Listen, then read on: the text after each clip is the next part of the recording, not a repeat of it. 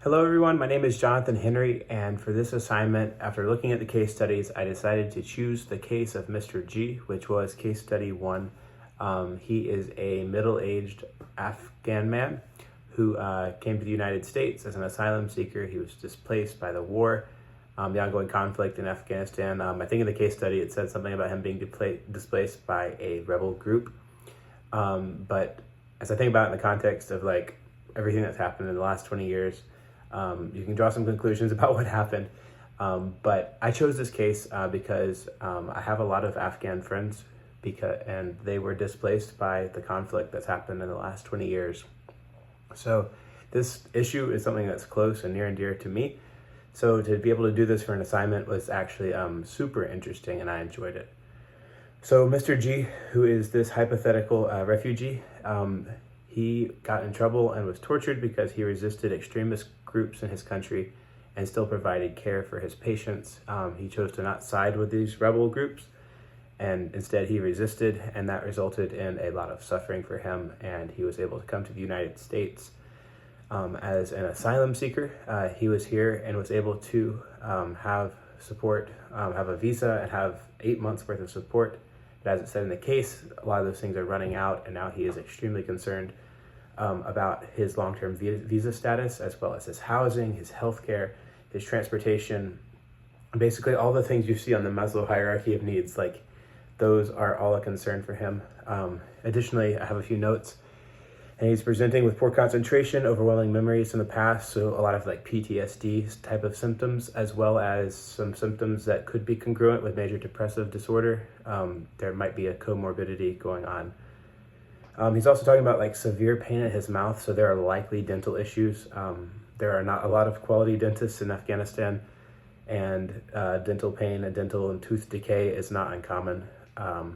He is unable to find a job. He was a doctor in his home country, but he was recently notified that his degree and his licensing would not translate. He's also experiencing forgetfulness, some anhedonia, which is like not able to enjoy things. He's having panic attacks, PTSD-like symptoms, like I said earlier. He's having concerns about asylum and healthcare, and he's having professional issues. So there's a lot going on here. Thankfully, he does have some strength. He is a gifted doctor back in his home country. He seems to have a high EQ. He's already making friends at his local mosque. While he doesn't have a social support network here in the United States, he's already starting to build one, which is a super positive thing for him. He has a stable faith, which is shown to be a good coping mechanism for him as he deals with all this trauma, and also as he deals with just like coming from a place where social support is so important, or in Islam where you don't necessarily have health insurance or like stored wealth, but instead it's stored in the family. Having that support system ripped away from you is super significant. But the fact that Mr. G is able to start rebuilding that at his local mosque through finding friendships with other refugee families and other Muslim families living in the States is super valuable.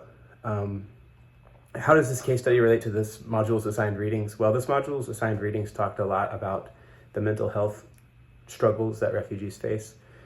It talked about how many refugees have struggles like Mr. G with symptoms of PTSD, how that's not uncommon given the extreme trauma that they endured back in their home country as a result of war. And Mr. G having been tortured, like, it makes it that much more severe. It was interesting because Eastern cultures don't have that mind-body divide like we do here in the West. So treating them as a whole person, treating their physical and their mental health care needs as a unified healthcare concern is important. And we'll visit what options are later in this video. But I also talked about how in the text it talked about how PTSD is exaggerated because conflict erodes social networks, and especially when refugees are displaced. That's just like taking them out of their social network entirely, which is super detrimental to a person coming from any culture, but especially an Eastern Muslim culture like Afghanistan. How can I practice cultural humility while working with this client? I need to recognize the significance of social networks and how like savings, like we talked about, and how healthcare works in Eastern countries based on like principles of Islamic banking and all of that. How a lot of like wealth and security and social stability is stored in the family. So I can't bring my Western ideas of how that works into this as I work with them. because we're starting from different starting points and baselines. So he is coming from over here and I'm coming from over here, and I need to realize that yes, this is how it works in America, and if he hopes to stay here, I need to help him plug into this social safety net. But also, this is the culture he's coming from. So recognizing that and holding those two in tension. So I need to prioritize helping him build social networks, because that's something that's going to be highly significant for him. To kind of look at resources for Mr. G, I assumed he arrived in Atlanta, just to kind of like focus it in on one city. There are a couple options for him. New American Pathways could help with professional development for Mr. G and job exploration, as Mr. G needs to earn an income to be able to stay here, as he seeks to be an asylum, or as he's an asylum seeker. And New American Pathways can help him explore this professional development and also just help provide him with job opportunities as he needs to make an income.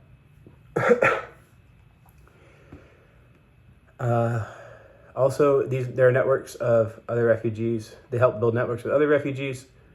And as he builds professional networks, his strengths will help him just become a highly successful person in the system, should he be connected with these opportunities. Inspiritus, which is another refugee service provider in the Atlanta area, helps provide healthcare as well as mental health care clinics, which would be helpful for Mr. G as he is needing some dental assistance and also just some mental health care. So that will provide that free of cost. I would look into one of these charities possibly sponsoring like a rail card, so you can use the MARTA rail system within Atlanta to just use public transportation. But in terms of transportation, there's also the Catholic Charities of Atlanta have a car donation program, and they will help refugees get a driver's license and be connected with a car that they can drive. And that will help enable Mr. G to be mobile as he goes and explores these opportunities. Catholic Charities of Atlanta also help connect immigrants and refugees with licensed attorneys and representatives certified by the Department of Homeland Security and paralegals as they explore the asylum seeking process.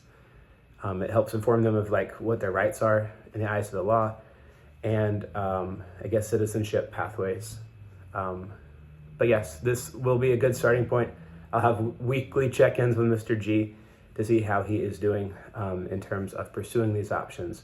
But I'll also seek to build out a portfolio of resources that he can use to meet his physical needs, his psychological needs, and also his immediate pressing financial needs and visa needs. And I think that these charities in the Atlanta area will be instrumental in helping ensure stability for Mr. G as he seeks to flee conflict and instability in his home country. All right, thank you for watching.